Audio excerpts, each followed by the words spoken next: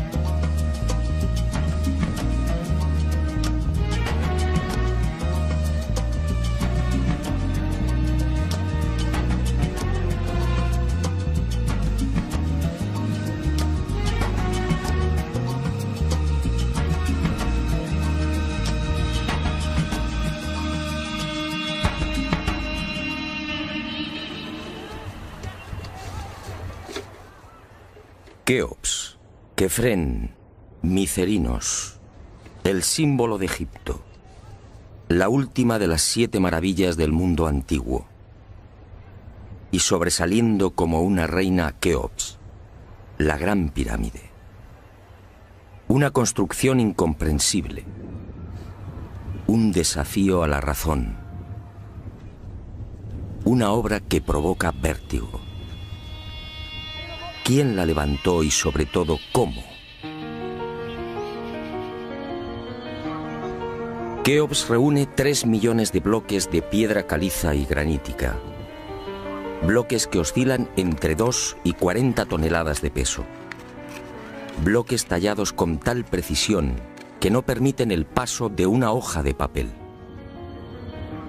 Un monumento cuyo revestimiento original, hoy casi desaparecido, estaba formado por losas de caliza pulida de hasta 16 toneladas. Y a su lado, otro coloso, Kefren, casi 1.700.000 metros cúbicos de piedra. Bloques idénticos a los de Keops, con un revestimiento original de caliza pulida y granito rojo de Asuán. En su base cabrían 7 campos de fútbol. Por último, Micerinos, la más modesta pero igualmente soberbia y desconcertante. Su altura equivale a un edificio de 20 plantas. Hoy la tecnología tendría graves dificultades para alzar y depositar esos bloques de piedra.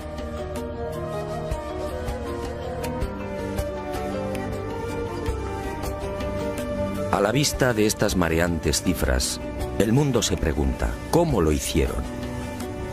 Para la arqueología oficial no hay duda. Las pirámides de Giza fueron obra de los faraones y se levantaron hace 4.600 años. Los bloques fueron trasladados desde las vecinas canteras de Tura y Mohatan, a escasos kilómetros del Cairo, y encajados en los respectivos monumentos mediante el uso de gigantescas rampas. Rampas, dice la arqueología, por las que miles de obreros empujaban los bloques con el auxilio de rodillos de madera.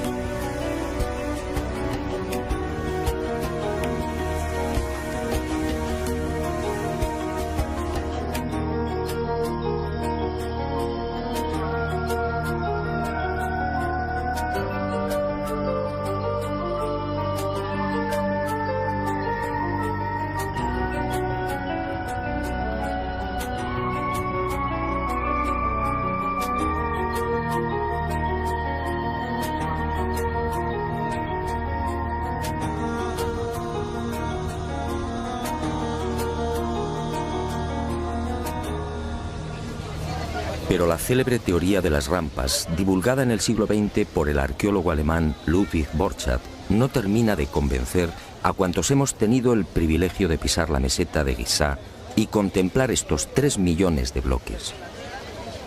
Y son dos las razones que ponen en entredicho la versión oficial.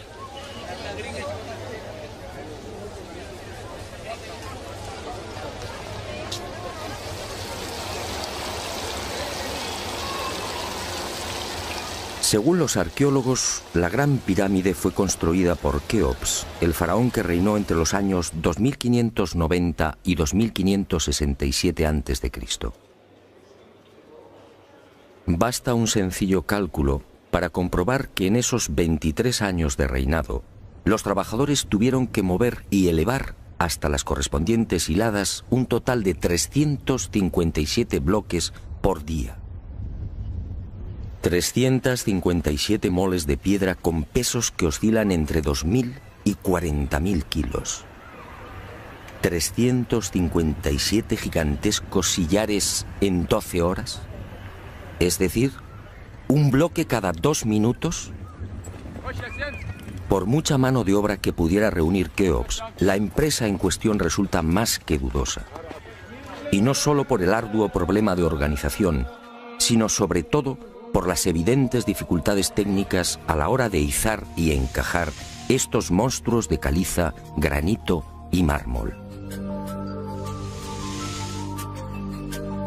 Los arqueólogos más conservadores se defienden escudándose en lo escrito por Heródoto en el siglo V a.C. Según el padre de la historia, los bloques eran levantados de grada en grada con el concurso de una serie de máquinas formadas por maderos cortos. Esto, al parecer, fue lo que le contaron los sacerdotes durante su visita a Egipto. Pero la narración del escritor griego no constituye un punto de partida sólido y fiable. En el 450 a.C., cuando Heródoto recorre el Nilo, habían transcurrido 2000 años desde la supuesta construcción de la Gran Pirámide por Keops.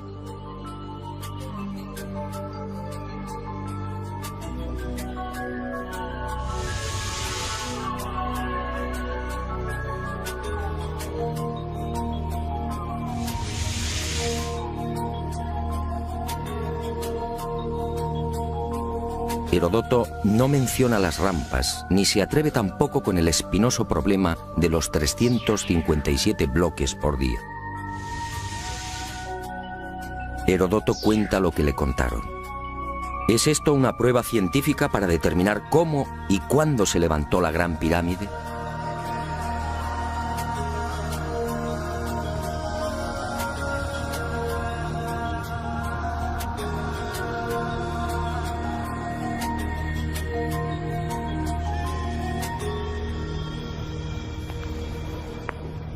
Pero existe una segunda razón de mayor calado que hace dudar de lo establecido por la arqueología.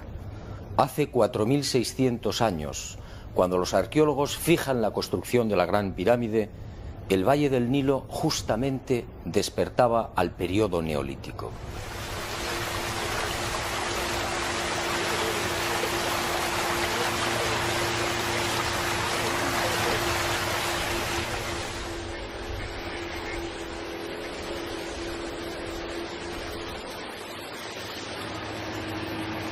En otras palabras, tanto en el sur, en el Alto Egipto, como en las regiones del Fayum y del Delta Occidental, los habitantes malvivían en chozas de juncos y adobe.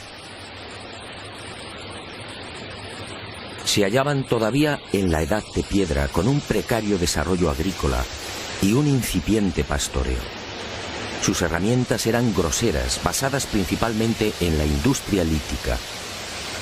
Sería 3 siglos después, hacia el 2300 a.C., cuando estos pueblos entrarían en la Edad del Bronce. Y surge la primera gran contradicción. Si Egipto cambia la piedra por el bronce en el 2300 a.C. aproximadamente, ¿cómo pudieron levantar la Gran Pirámide 300 años antes? ¿Con qué herramientas? ¿Con qué clase de conocimientos? ¿Cómo explicar semejante salto cualitativo?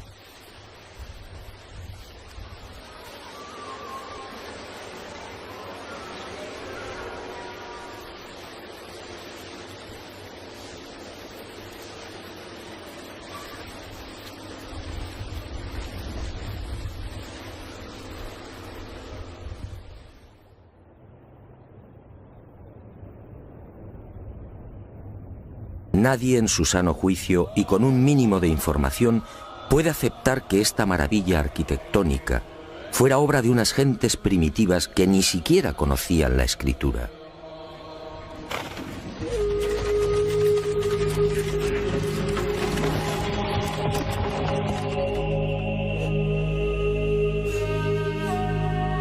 El testimonio de Heródoto, en efecto, deja mucho que desear. Hoy cualquier arquitecto o ingeniero comprende de inmediato las graves dificultades técnicas que debieron superar los constructores de la Gran Pirámide. Las cámaras, galerías y los mal llamados conductos de ventilación exigen unos profundos conocimientos matemáticos y arquitectónicos.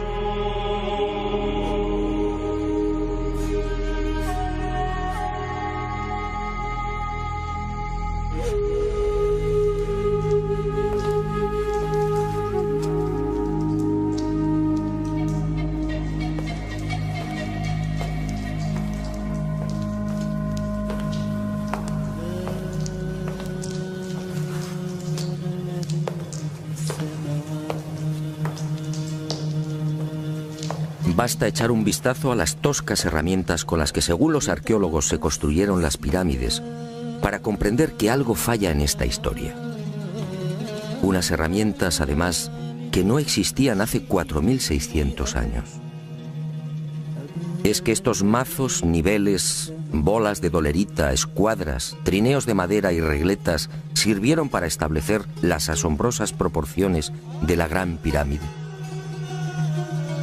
¿Cómo explicar, por ejemplo, que la desviación de la orientación norte-sur de sus caras no supere los 3 minutos 20 segundos hacia el oeste? ¿Cómo explicar la increíble perfección de la angulación de los bloques de revestimiento? Hoy solo podríamos alcanzarla con instrumentos ópticos. ¿Cómo entender que hace 4600 años aquellos pueblos neolíticos dispusieran ya de una medida tan perfecta como el codo? Como es sabido, solo en la era espacial se ha podido comprobar que el metro estaba mal medido. Su longitud en realidad es algo más de lo que siempre habíamos creído. El metro exacto tiene una longitud de 1.047. Pues bien, 2 codos egipcios equivalían exactamente a 1.047. El metro de la era espacial. ¿Cómo lo lograron? Pero las dudas y contradicciones no terminan ahí. Hasta el día de hoy, nadie ha logrado explicar satisfactoriamente el sistema de iluminación utilizado a la hora de construir las pirámides. Las tradicionales antorchas no sirven. No hay restos de hollín en techos o paredes. En cuanto a la fórmula de los espejos, reflejando la luz solar hasta lo más profundo, tampoco resiste un análisis medianamente serio. El movimiento del Sol obligaría a los constructores a una penosa labor de permanente rectificación. Esa luz sería útil como mucho para las salas y galerías más próximas a la entrada.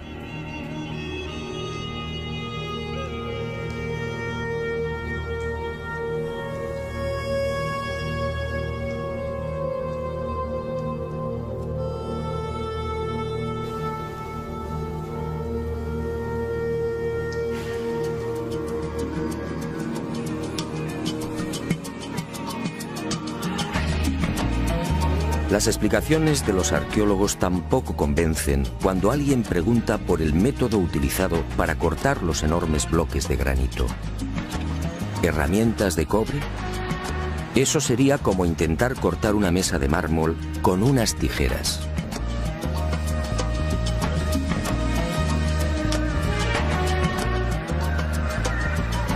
Y otro tanto sucede con el asombroso y enigmático pulido de los vasos de diorita y granito. ¿Qué clase de taladro utilizaban para que la cara interior ofrezca el mismo pulido que la exterior? ¿Cómo lo lograban si por las bocas de estos panzudos vasos no cabe siquiera la mano de un niño?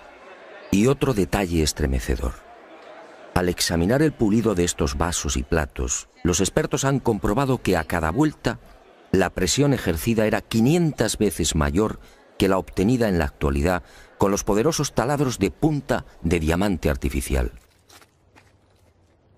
Y de nuevo la gran interrogante. Si muchos de estos vasos han sido fechados en el 2600 a.C., ¿quién los fabricó? ¿El hombre de la Edad de Piedra? Evidentemente no.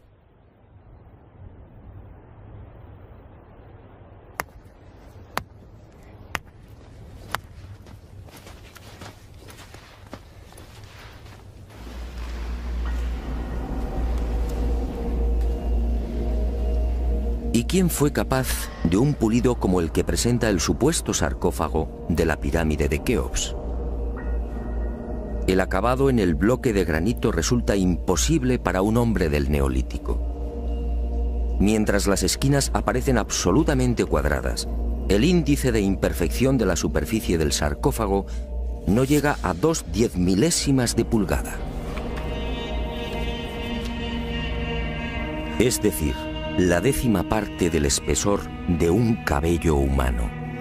Esa perfección en el trabajo sobre la negra y dura diorita alcanza su máxima expresión en la estatua del citado faraón Kefren, hallada en el Templo del Valle, junto a la pirámide que lleva su nombre.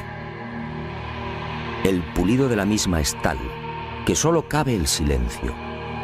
Nadie sabe, nadie entiende cómo se logró semejante belleza hace 4500 años. ¿Y cómo explicar la técnica empleada para la ejecución de estas perforaciones? Son perfectamente visibles en muchos lugares del Egipto faraónico. Aquí, en la entrada real de la pirámide de Keops, tenemos una muestra. Para la arqueología no hay misterio. Estos orificios, dicen, se conseguían mediante la introducción en la piedra de un cilindro hueco que al girar cortaba el granito. Pero al examinar la espiral grabada en el interior, algo no concuerda con la versión oficial. La distancia entre línea y línea es de 2,5 milímetros. Nosotros en la actualidad, utilizando taladros con punta de diamante artificial, solo podemos alcanzar 0,05 milímetros por vuelta.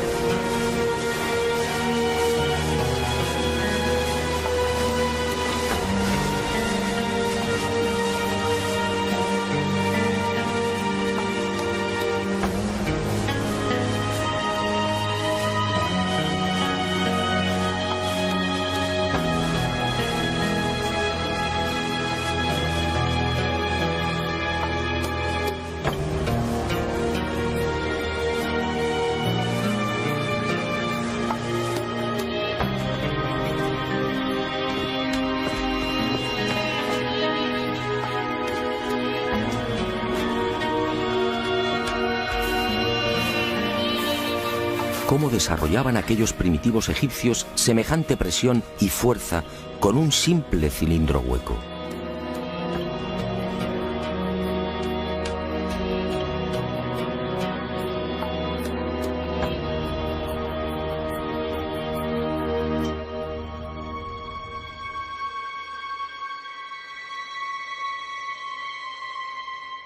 Y aunque algo posterior en el tiempo, también lo descubierto en la tumba de Tutankamón nos deja con la boca abierta.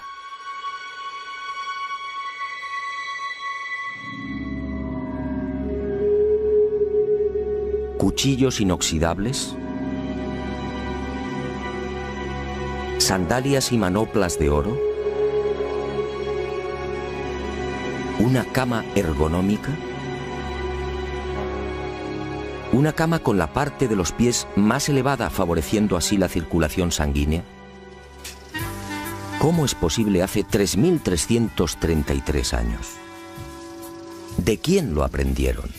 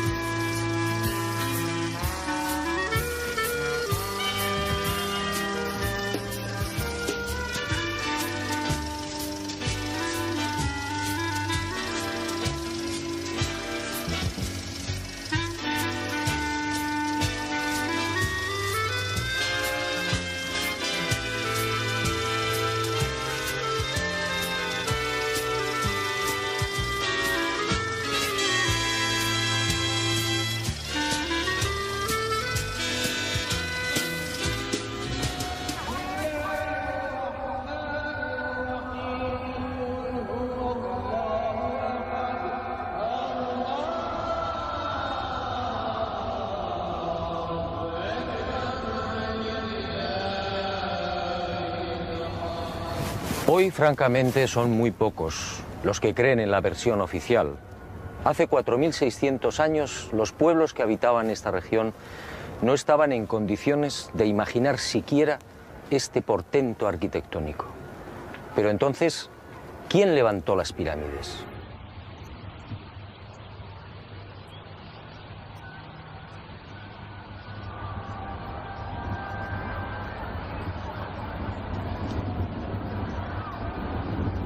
Una primera pista aparece en esta estela de piedra. Una estela depositada en la sala 42 del Museo del Cairo y que muy pocos turistas se detienen a contemplar. La arqueología la denomina la estela del inventario. Se trata casi con seguridad de una copia de otro texto mucho más antiguo. En ella se lee un párrafo demoledor que deja sin argumentos a los arqueólogos. Dice así: el faraón Keops fundó la casa de Isis, señora de la pirámide, detrás de la casa de la Esfinge. ¿Señora de la pirámide? ¿Quiere esto decir que la gran pirámide ya existía cuando Keops llegó al poder?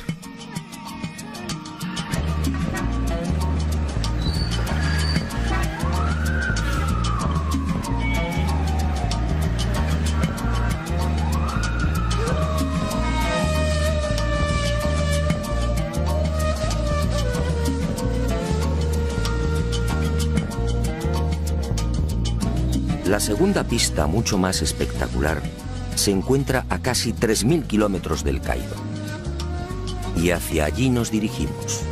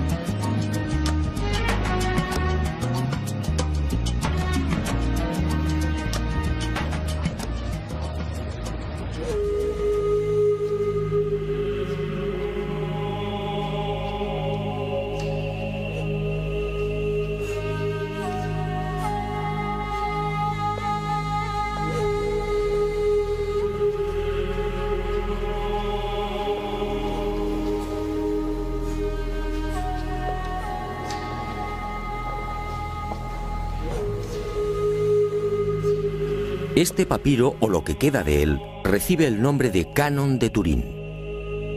Fue descubierto en 1822 por el viajero italiano Bernardino Drobetti en la antigua ciudad egipcia de Tebas.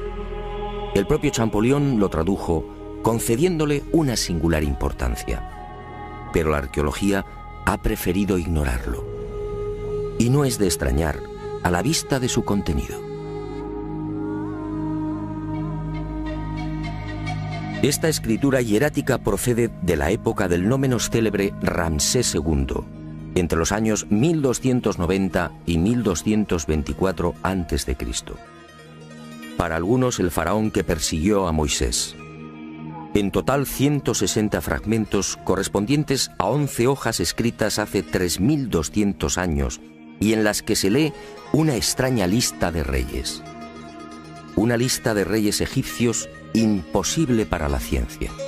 Imposible, sí, porque de aceptar lo manifestado en este documento arqueológico, la cronología faraónica se vendría abajo. ¿Y qué dice este papiro de 1,70 metros de longitud?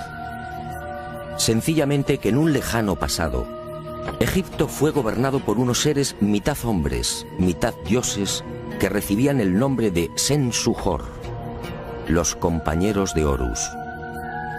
La lista de estos misteriosos reyes sitúa el primer gobierno en el Valle del Nilo, no durante el faraón Menes hace 5000 años, como afirma la arqueología, sino mucho más atrás en el tiempo, concretamente hace 11.000 años. Esta desconcertante y revolucionaria lista de reyes aparece ratificada en buena medida por otra historia igualmente despreciada por los arqueólogos. Me refiero a lo escrito por Manetón en el 240 a.C. Este sumo sacerdote recibió el encargo del faraón Ptolomeo II Filadelfo de escribir la historia de Egipto desde sus comienzos. Manetón tuvo acceso a la documentación depositada en el templo de On, en Heliópolis, y cumplió el trabajo. En los escasos fragmentos que se conservan de su obra, en especial en los recopilados por Eusebio, puede leerse algo insólito que, como decía, coincide en lo básico con lo relatado en el Canon de Turín. Según Manetón, antes de Menes, el primer faraón de la primera dinastía, Egipto fue gobernado por unos semidioses y también durante miles de años. El sumo sacerdote greco-egipcio no habla de los Sen-Suhor, pero la casualidad es más que sospechosa. ¿Quiénes eran los Sen-Suhor? ¿Por qué los califican de semidioses?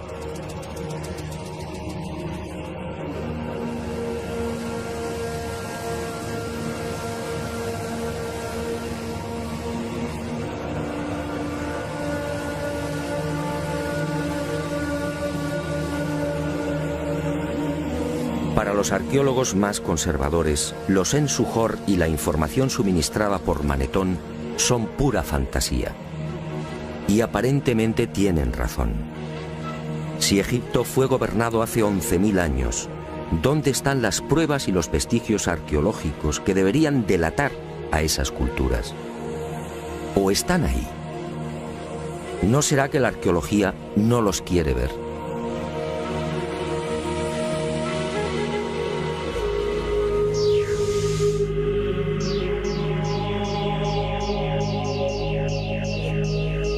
El presente descubrimiento se debe al investigador español Manuel Delgado.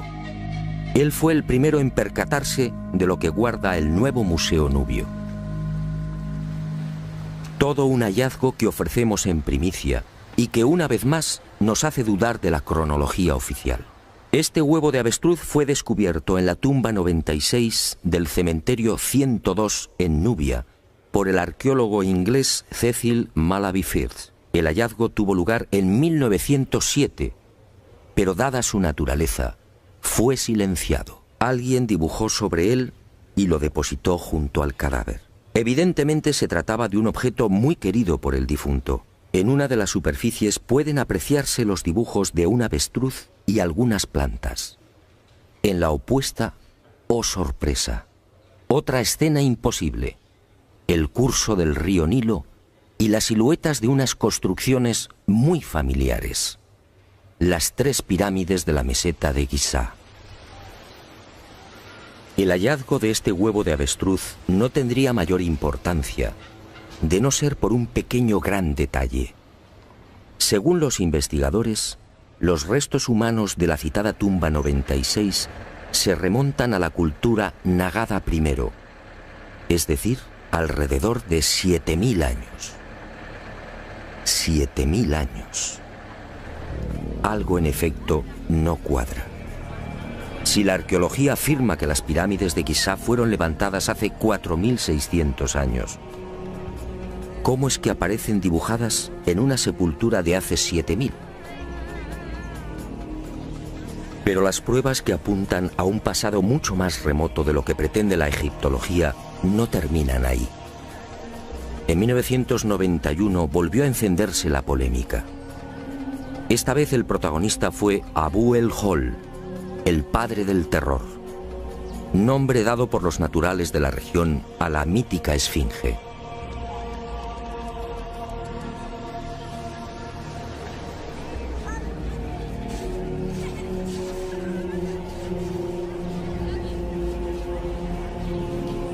La esfinge, otro monumento emblemático de Egipto construido según la arqueología por el faraón Kefren hace 4500 años.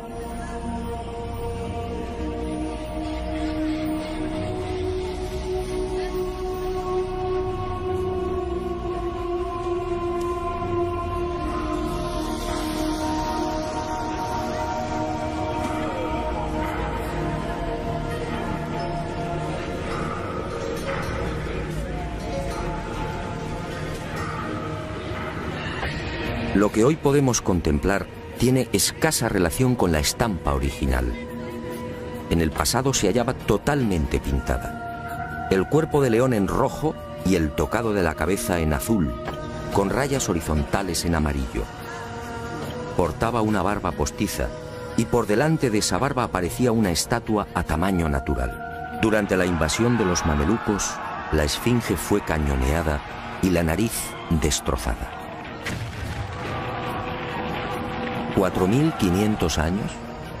¿Por qué la arqueología sitúa la construcción de la esfinge en esa época? En primer lugar, por el parecido del rostro con algunas de las estatuas de Kefren. Y además por el hecho de hallarse muy próxima al templo funerario de dicho faraón. Aunque parezca increíble, eso es todo.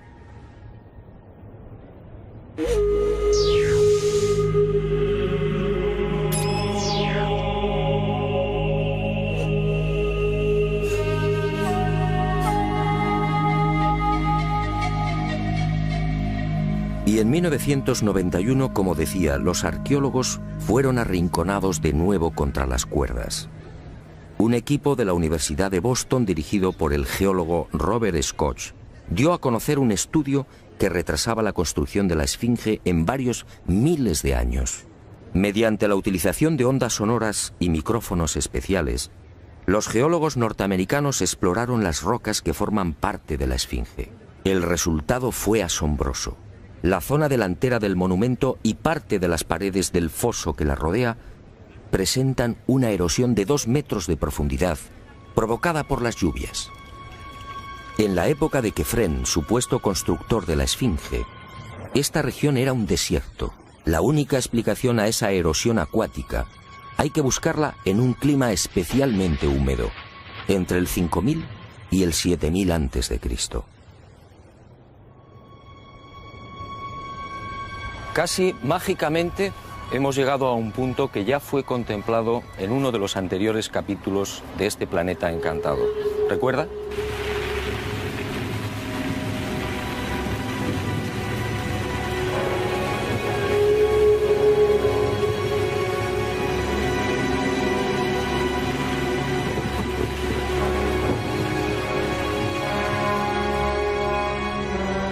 Al hablar del Gran Jardín, pudimos comprobar cómo todo el norte de África, hace unos 12.000 años aproximadamente, se vio sometido a un dramático cambio climático.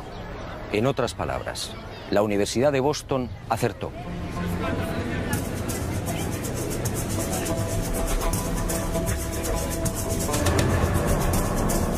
Fue a partir de esa época, hace ahora unos 8000 años, cuando los monzones perdieron fuerza y el Sáhara entró en un lento pero progresivo proceso de desertización. Y fue justamente hace 4500 años, cuando la arqueología fija el momento de la construcción de la Esfinge, cuando estas tierras fueron definitivamente abandonadas por las lluvias. Quefren, por tanto, no pudo levantar la Esfinge. Como mucho, quizá la restauró. El padre del terror estaba aquí desde mucho antes. La huella de las torrenciales lluvias registradas en el llamado Gran Húmedo Holocénico es incuestionable. Y algo similar vino a suceder con el investigador Robert Bauval. 20 años antes, este ingeniero egipcio se atrevió a difundir una hipótesis que conmocionó a los seguidores y amantes del Egipto faraónico. Para Bauval, las pirámides de Giza no son construcciones aisladas. Las tres forman parte de un plan unificado minuciosamente diseñado. Y para irritación de los arqueólogos más conservadores, formuló una teoría que volvía a poner en tela de juicio la ya desacreditada cronología oficial. La tesis de Bauval es conocida como la correlación de Orión, es decir, el asombroso parecido en la disposición de Keos, Quefren y Micerinos respecto a las tres estrellas que forman el cinturón de Orión. Basta trazar una línea entre las tres pirámides y otra entre las estrellas del cinturón para observar que sendas ubicaciones son casi idénticas. Casi idénticas, sí, pero no iguales. El ángulo de las pirámides es de 172 grados y el de las estrellas de Orión en la actualidad de 181. Bauval se percató de esta pequeña diferencia y tuvo una genial intuición.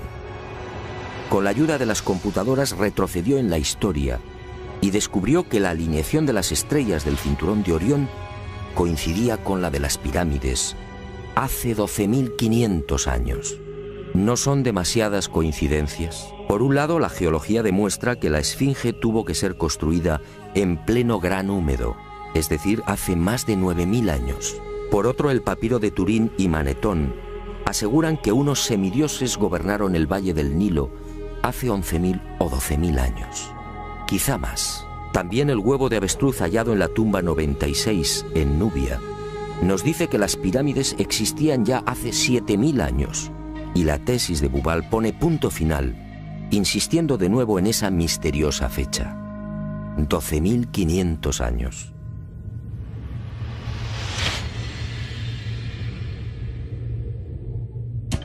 Si tres indicios constituyen una prueba, ¿qué podemos pensar cuando al menos se contabilizan 5? 5 indicios, sí, de momento.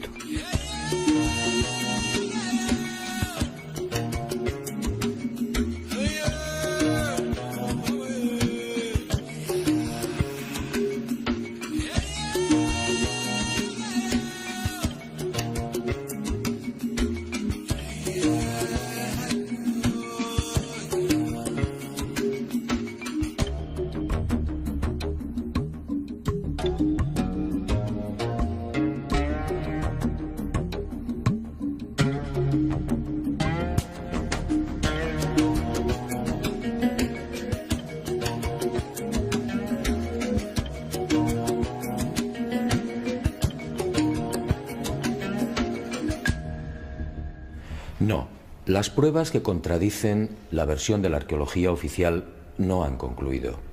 ¿Recuerda usted esta pintura? Fue descubierta en el Tassili argelino. Según los arqueólogos, tiene una antigüedad aproximada de 5.500 años, probablemente mucho más. Se trata, en mi opinión, de un carro egipcio. Pero ¿cómo es posible? ¿Un carro egipcio a 2.500 kilómetros del Nilo?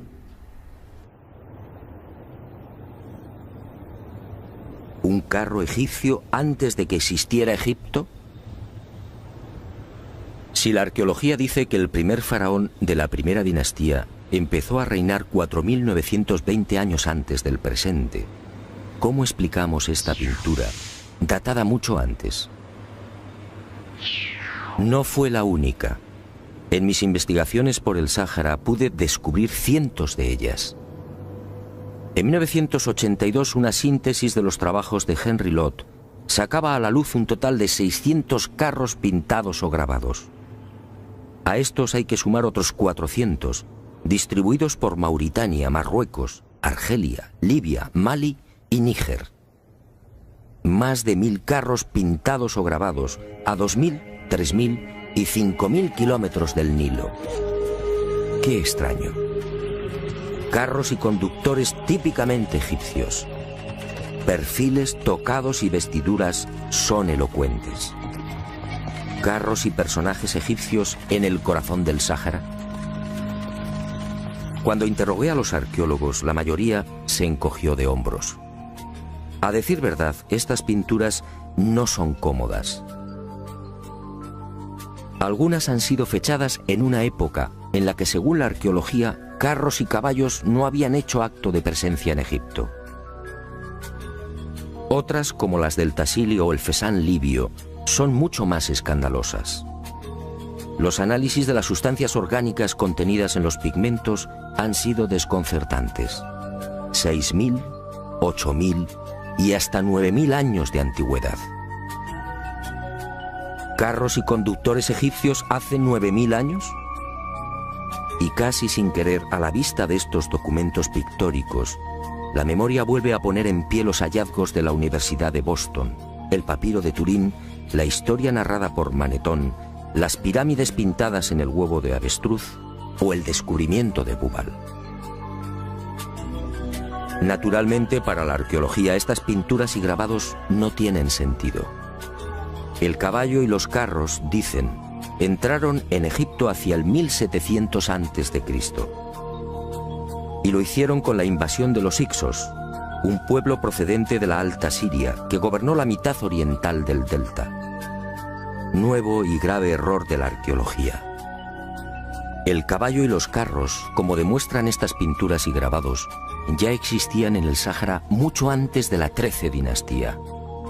Otra cuestión es que no quieran reconocerlo, y es comprensible. Si los egipcios y su cultura proceden del Sáhara, ¿en qué queda la supuesta hegemonía del Egipto faraónico?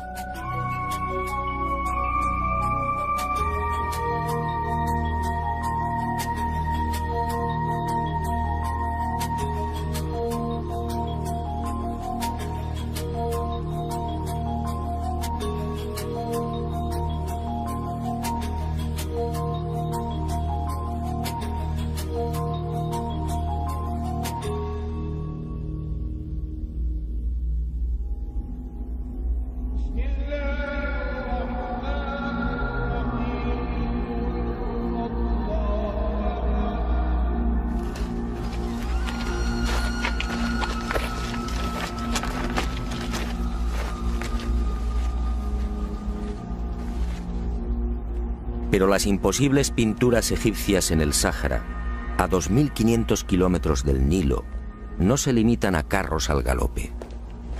Otras, para desconcierto e irritación de la arqueología, presentan escenas muy diferentes. Ofrendas. Personajes adornados con el ureus, la serpiente sagrada sobre las cabezas. Barcas igualmente egipcias.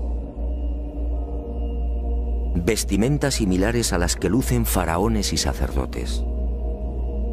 Individuos de perfil al más puro estilo egipcio. Pinturas todas ellas muy anteriores al Egipto faraónico.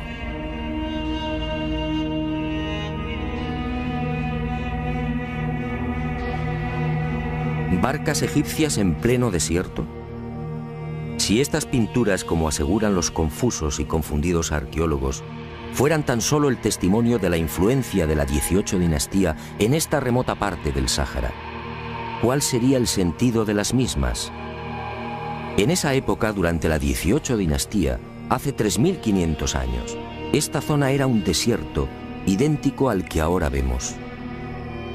¿Barcas en un infierno de piedra y arena? ¿Y por qué ignoran la datación? Si estas pinturas se remontan a 9000 años, entonces las barcas sí están justificadas. En esa época, como se recordará, el Sáhara era un jardín, con ríos tan anchos y caudalosos como el actual Amazonas. Pero las extrañas coincidencias van más allá.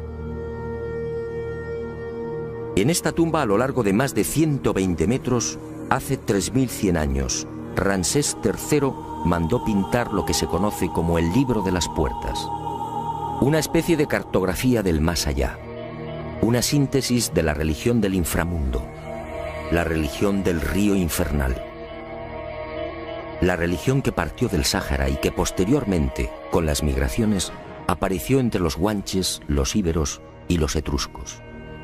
¿Casualidad? ¿Y qué decir de los cientos de representaciones de la vaca sagrada Hathor, del buey Apis o del carnero Amón, todos egipcios con el disco solar entre los cuernos?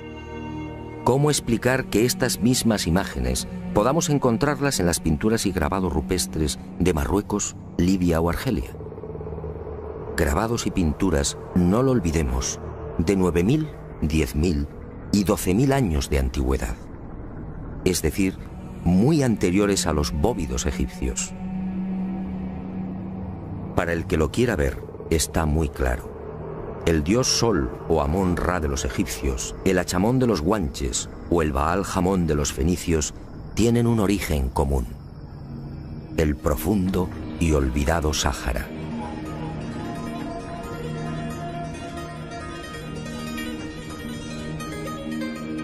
Puede que Herodoto y Diodoro de Sicilia tuvieran razón. Egipto, el Egipto faraónico, fue obra de los dioses. Ha llegado el momento de ser valiente. Para mí, hace 9.000 o 10.000 años, quizá más, alguien no humano descendió en el gran jardín, en el Sáhara Azul, y puso en marcha una gran cultura. Una civilización intuida en una lengua, una religión y unas costumbres comunes.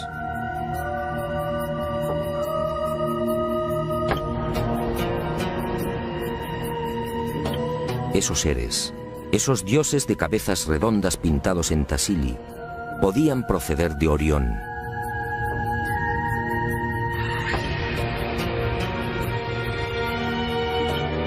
Y ellos, o sus descendientes, levantaron estas magníficas e imposibles construcciones.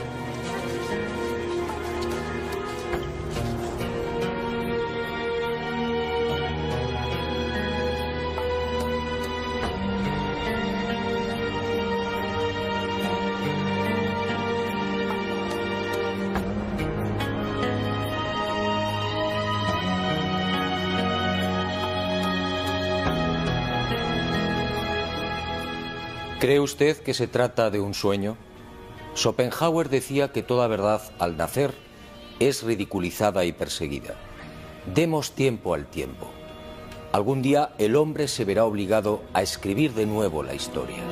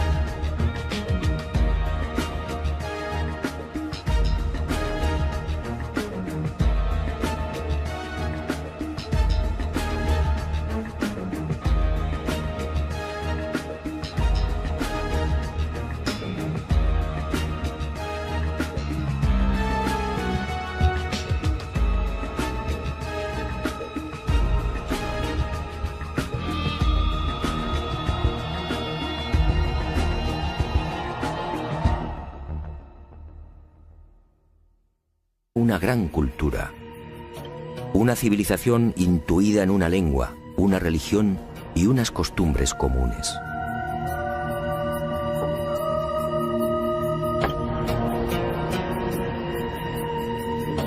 Esos seres, esos dioses de cabezas redondas pintados en Tassili, podían proceder de Orión.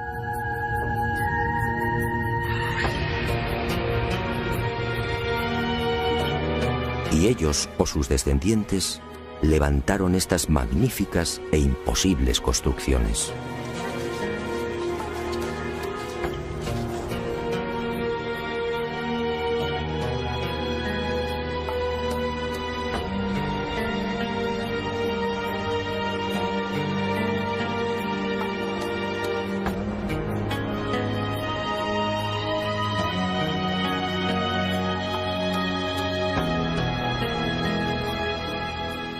¿Cree usted que se trata de un sueño? Schopenhauer decía que toda verdad, al nacer, es ridiculizada y perseguida. Demos tiempo al tiempo.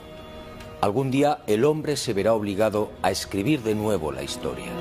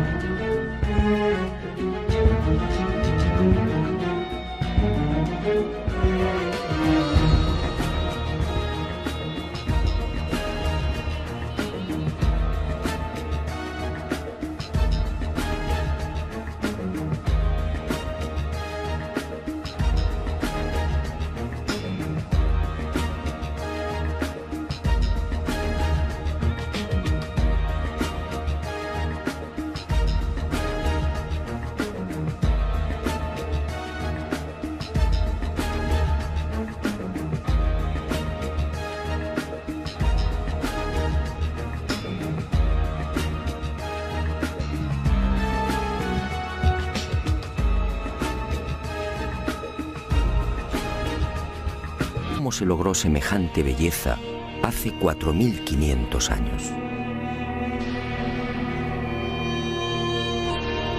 ¿Y cómo explicar la técnica empleada para la ejecución de estas perforaciones? Son perfectamente visibles en muchos lugares del Egipto faraónico.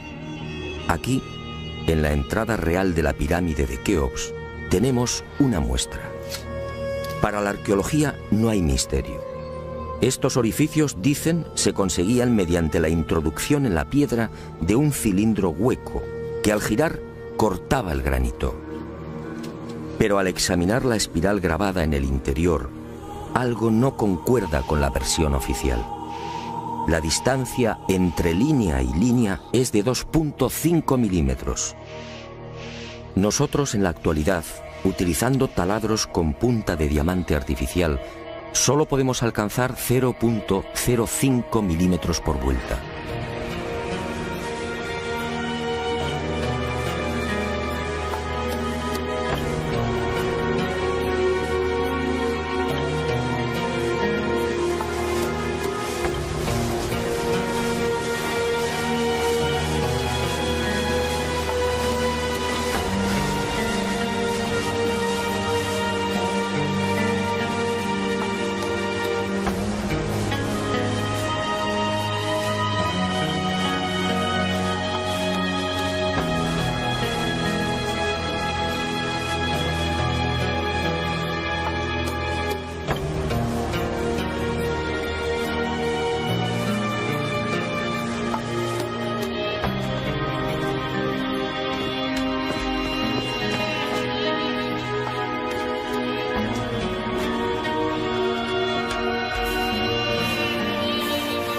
cómo desarrollaban aquellos primitivos egipcios semejante presión y fuerza con un simple cilindro hueco.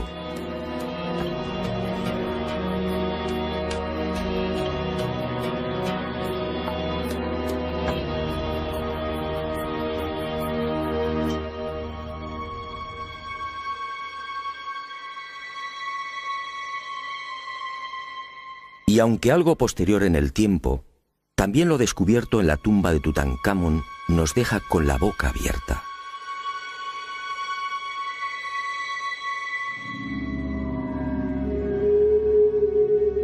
Cuchillos inoxidables,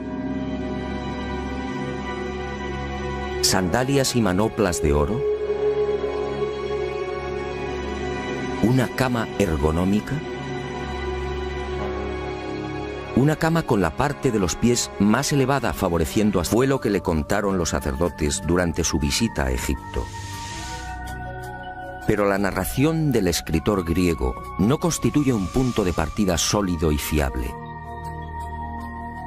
En el 450 a.C., cuando Heródoto recorre el Nilo, habían transcurrido 2000 años desde la supuesta construcción de la Gran Pirámide por Keops.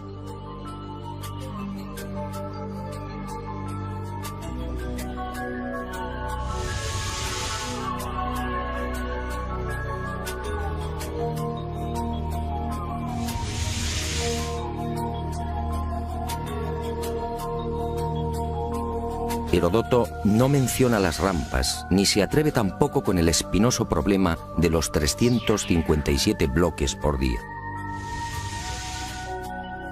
Heródoto cuenta lo que le contaron. ¿Es esto una prueba científica para determinar cómo y cuándo se levantó la Gran Pirámide?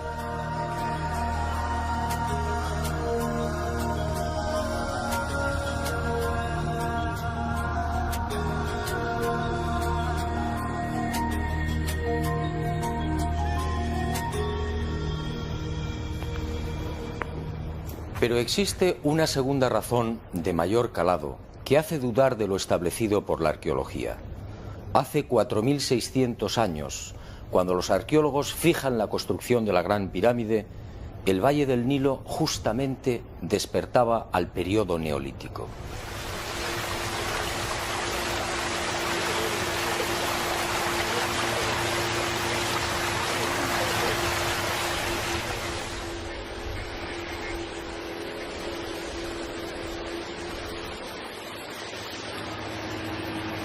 En otras palabras, tanto en el sur, en el Alto Egipto, como en las regiones del Fayum y del Delta Occidental, los habitantes malvivían en chozas de juncos y adobe.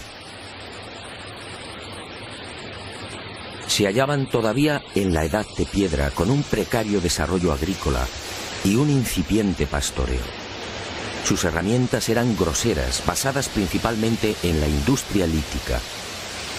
Sería 3 siglos después, hacia el 2300 a.C., cuando estos pueblos entrarían en la Edad del Bronce. Y surge la primera gran contradicción. Si Egipto cambia la piedra por el bronce en el 2300 a.C. aproximadamente, ¿cómo pudieron levantar la Gran Pirámide 300 años antes? ¿Con qué herramientas? ¿Con qué clase de conocimientos? ¿Cómo explicar semejante salto cualitativo? ¿En pleno desierto? Si estas pinturas, como aseguran los confusos y confundidos arqueólogos, fueran tan solo el testimonio de la influencia de la 18 dinastía en esta remota parte del Sáhara, ¿cuál sería el sentido de las mismas? En esa época, durante la 18 dinastía, hace 3500 años, esta zona era un desierto idéntico al que ahora vemos. ¿Barcas en un infierno de piedra y arena? ¿Y por qué ignoran la datación? Si estas pinturas se remontan a 9000 años, entonces las barcas sí están justificadas. En esa época, como se recordará, el Sáhara era un jardín, con ríos tan anchos y caudalosos como el actual Amazonas.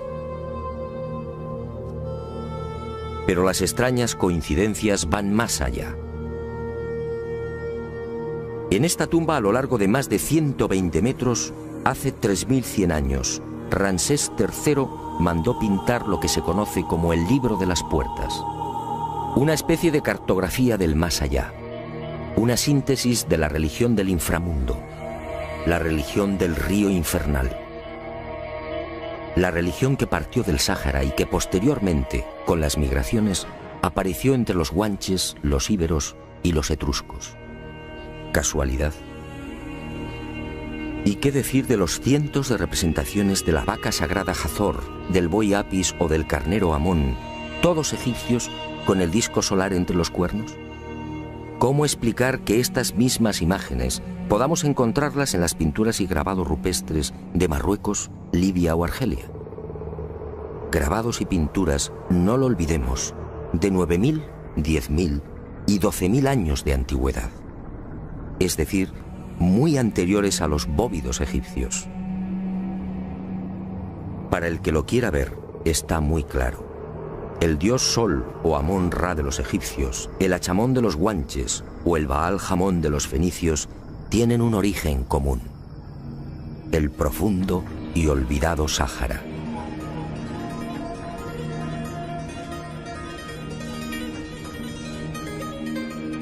Puede que Herodoto y Diodoro de Sicilia tuvieran razón. Egipto, el Egipto faraónico, fue obra de los dioses. Ha llegado el momento de ser valiente. Para mí, hace 9.000 o 10.000 años, quizá más, alguien no humano descendió en el gran jardín, en el Sáhara Azul, y puso en marcha una gran cultura. Una civilización intuida en una lengua, una religión y unas costumbres comunes. Compilados por Eusebio, puede leerse algo insólito que, como decía, coincide en lo básico con lo relatado en el Canon de Turín.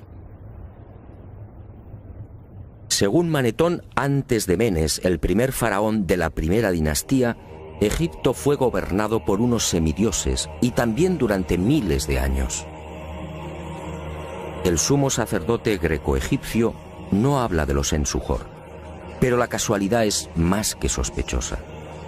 ¿Quiénes eran los Ensujor?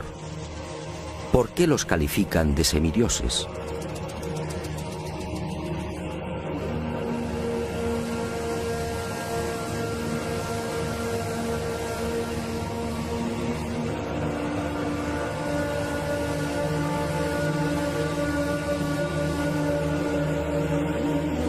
Para los arqueólogos más conservadores, los Ensujor y la información suministrada por Manetón son pura fantasía. Y aparentemente tienen razón. Si Egipto fue gobernado hace 11.000 años, ¿dónde están las pruebas y los vestigios arqueológicos que deberían delatar a esas culturas? ¿O están ahí? ¿No será que la arqueología no los quiere ver?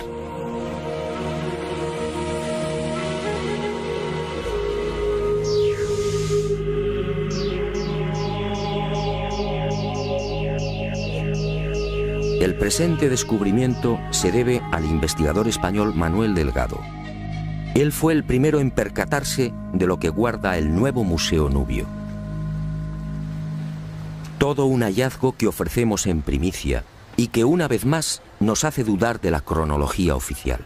Este huevo de avestruz fue descubierto en la tumba 96 del cementerio 102 en Nubia por el arqueólogo inglés Cecil Malaby Firth. El hallazgo tuvo lugar en 1907, pero dada su naturaleza, fue silenciado. Alguien dibujó sobre él y lo depositó junto al cadáver.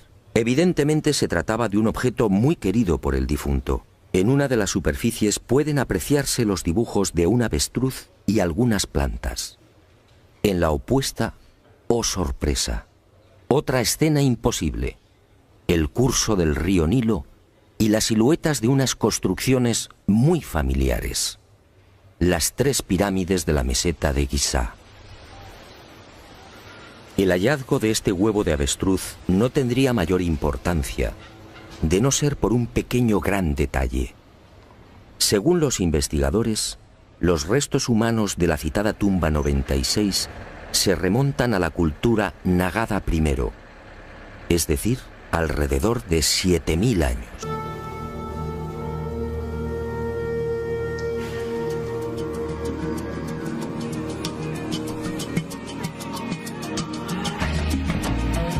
Las explicaciones de los arqueólogos tampoco convencen cuando alguien pregunta por el método utilizado para cortar los enormes bloques de granito. ¿Herramientas de cobre?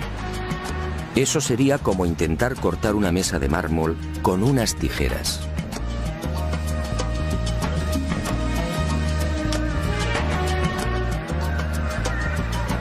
Y otro tanto sucede con el asombroso y enigmático pulido de los vasos de diorita y granito. ¿Qué clase de taladro utilizaban para que la cara interior ofrezca el mismo pulido que la exterior? ¿Cómo lo lograban si por las bocas de estos panzudos vasos no cabe siquiera la mano de un niño? Y otro detalle estremecedor. Al examinar el pulido de estos vasos y platos, los expertos han comprobado que a cada vuelta la presión ejercida era 500 veces mayor que la obtenida en la actualidad con los poderosos taladros de punta de diamante artificial. Y de nuevo la gran interrogante. Si muchos de estos vasos han sido fechados en el 2600 a.C., ¿quién los fabricó? ¿El hombre de la edad de piedra? Evidentemente no.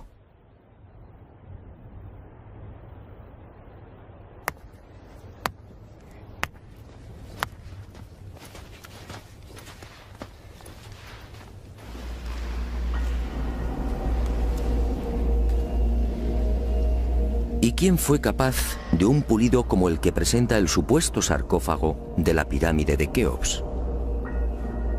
El acabado en el bloque de granito resulta imposible para un hombre del Neolítico. Mientras las esquinas aparecen absolutamente cuadradas, el índice de imperfección de la superficie del sarcófago no llega a 2/10 de pulgada. Es decir, la 10ª parte del espesor de un cabello humano. Esa perfección en el trabajo sobre la negra y dura diorita alcanza su máxima expresión en la estatua del citado faraón Kefren, hallada en el Templo del Valle, junto a la pirámide que lleva su nombre. El pulido de la misma es tal que solo cabe el silencio. Nadie sabe, nadie entiende cómo se logró semejante belleza hace 4500 años. ¿Y cómo explicar la técnica empleada para la ejecución de estas perforaciones? Son perfectamente viscinas canteras de Tura y Mohatan, a escasos kilómetros del Cairo, y encajados en los respectivos monumentos mediante el uso de gigantescas rampas. Rampas, dice la arqueología, por las que miles de obreros empujaban los bloques con el auxilio de rodillos de madera.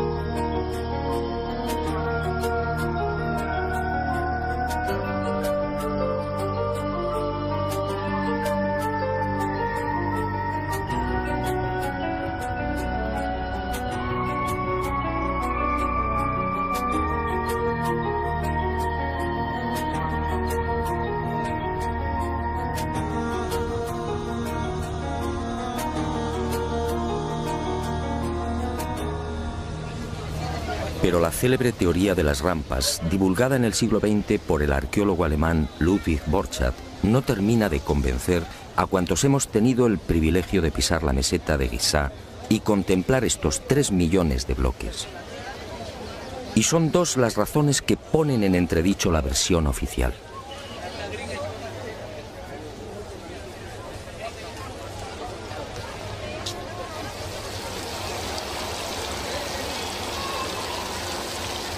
Según los arqueólogos, la Gran Pirámide fue construida por Keops, el faraón que reinó entre los años 2590 y 2567 a.C.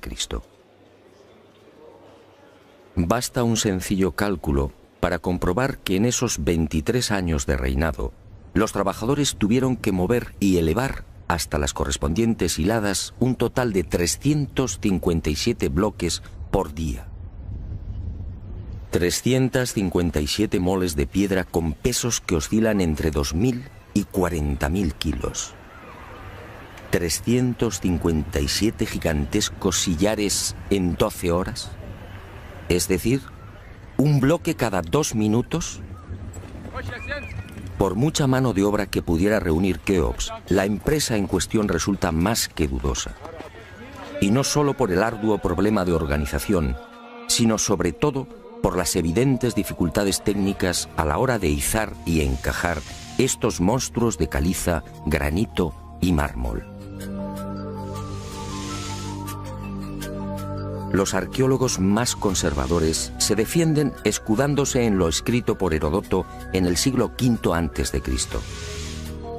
Según el padre de la historia,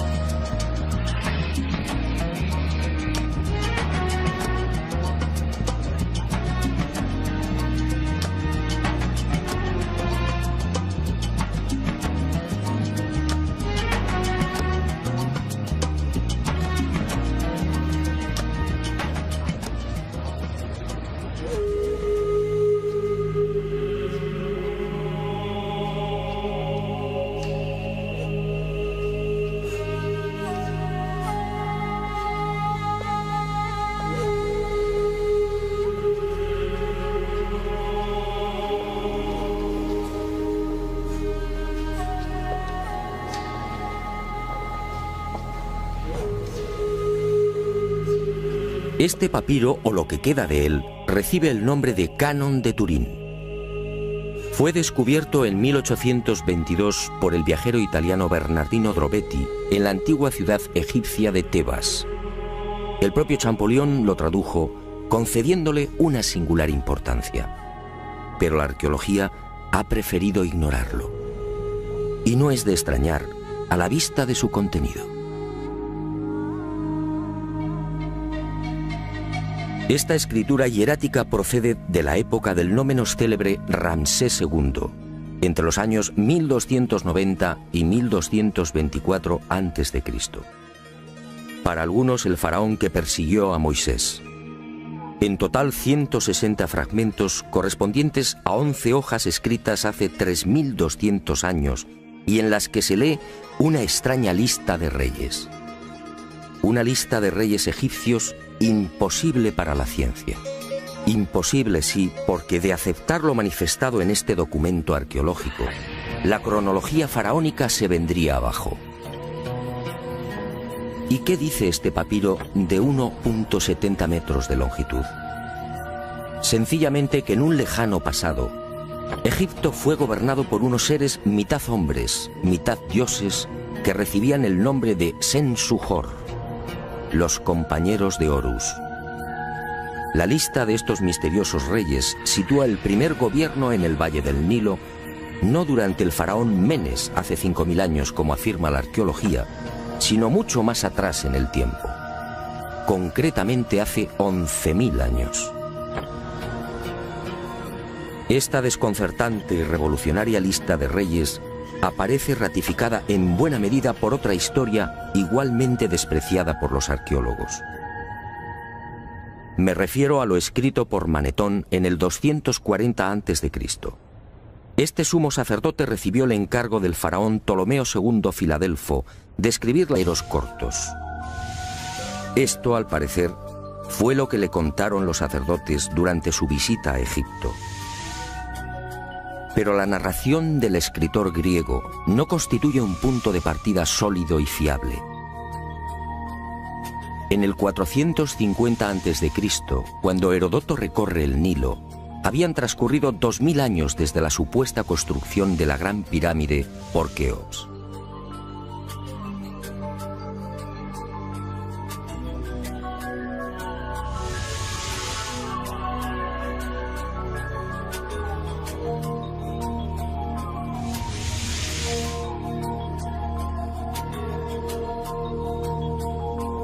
Heródoto no menciona las rampas, ni se atreve tampoco con el espinoso problema de los 357 bloques por día. Heródoto cuenta lo que le contaron. ¿Es esto una prueba científica para determinar cómo y cuándo se levantó la Gran Pirámide?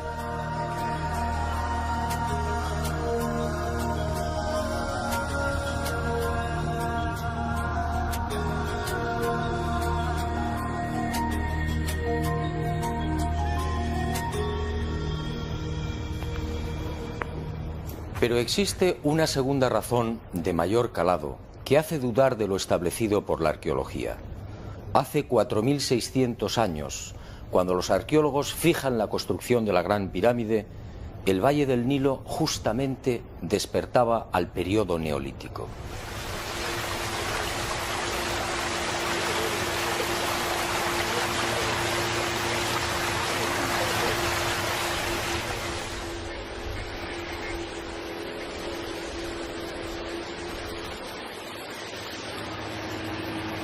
En otras palabras, tanto en el sur, en el Alto Egipto, como en las regiones del Fayum y del Delta Occidental, los habitantes malvivían en chozas de juncos y adobe.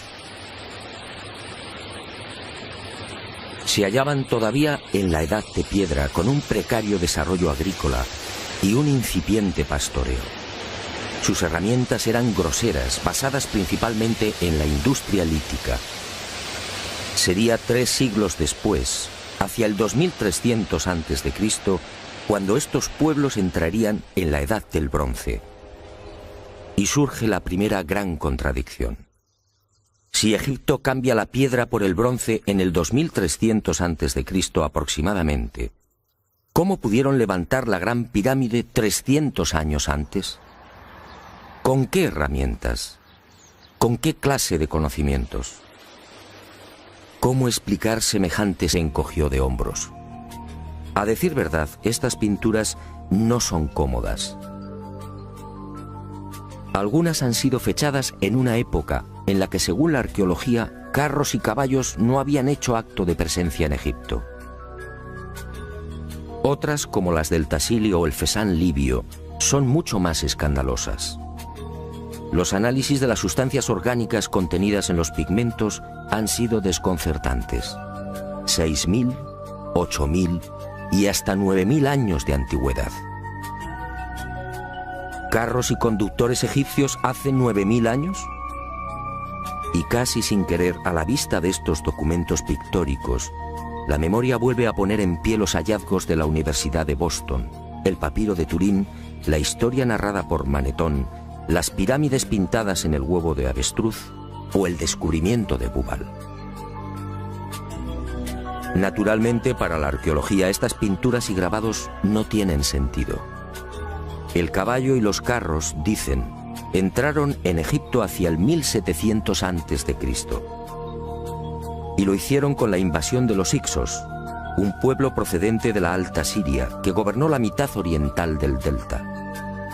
Nuevo y grave error de la arqueología.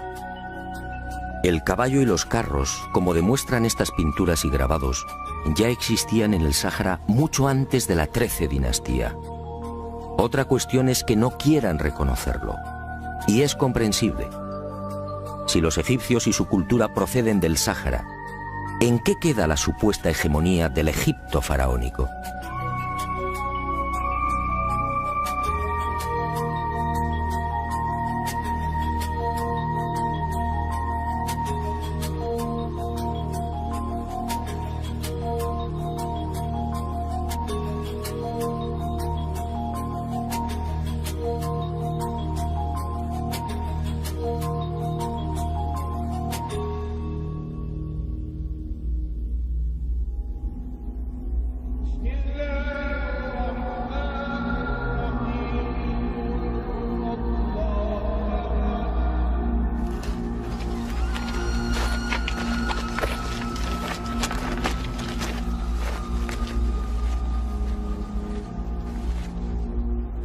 Pero las imposibles pinturas egipcias en el Sáhara, a 2.500 kilómetros del Nilo, no se limitan a carros al galope. Otras, para desconcierto e irritación de la arqueología, presentan escenas muy diferentes. Ofrendas, Personajes adornados con el ureus, la serpiente sagrada sobre las cabezas.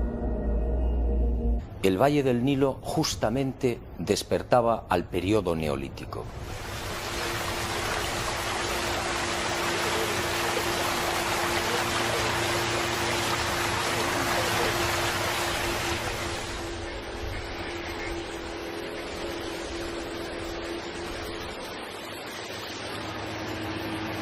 En otras palabras, tanto en el sur, en el Alto Egipto, como en las regiones del Fayum y del Delta Occidental, los habitantes malvivían en chozas de juncos y adobe. Se hallaban todavía en la Edad de Piedra, con un precario desarrollo agrícola y un incipiente pastoreo. Sus herramientas eran groseras, basadas principalmente en la industria lítica. Sería 3 siglos después, hacia el 2300 a.C., cuando estos pueblos entrarían en la Edad del Bronce. Y surge la primera gran contradicción. Si Egipto cambia la piedra por el bronce en el 2300 a.C. aproximadamente, ¿cómo pudieron levantar la Gran Pirámide 300 años antes? ¿Con qué herramientas? ¿Con qué clase de conocimientos? ¿Cómo explicar semejante salto cualitativo?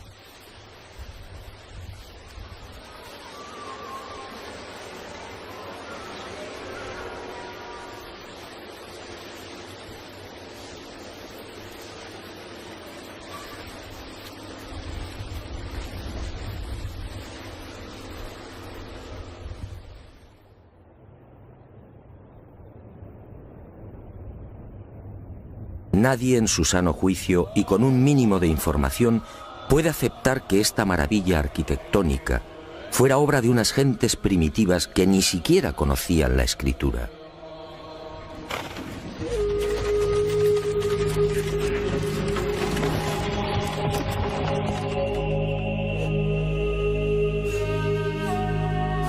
El testimonio de Heródoto, en efecto, deja mucho que desear.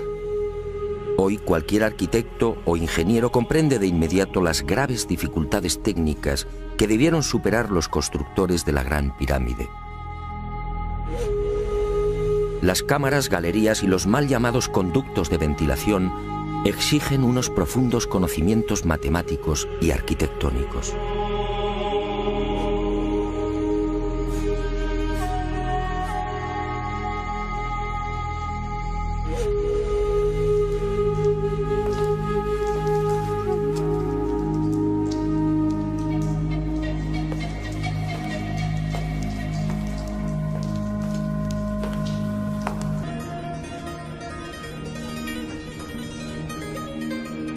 Puede que Heródoto y Diodoro de Sicilia tuvieran razón.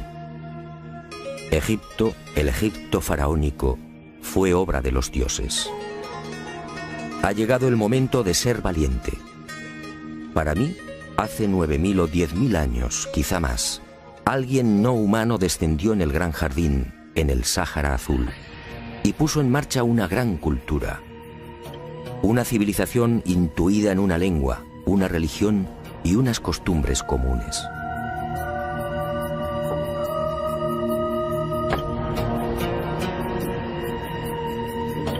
Esos seres, esos dioses de cabezas redondas pintados en Tassili, podían proceder de Orión.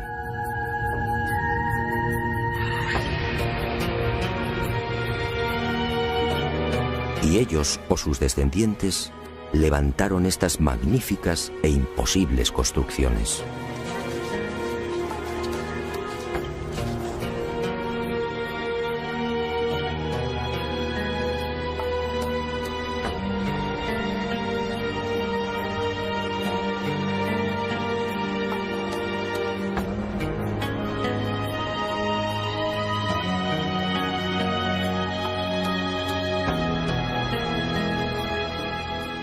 ¿Cree usted que se trata de un sueño? Schopenhauer decía que toda verdad, al nacer, es ridiculizada y perseguida. Demos tiempo al tiempo. Algún día el hombre se verá obligado a escribir de nuevo la historia.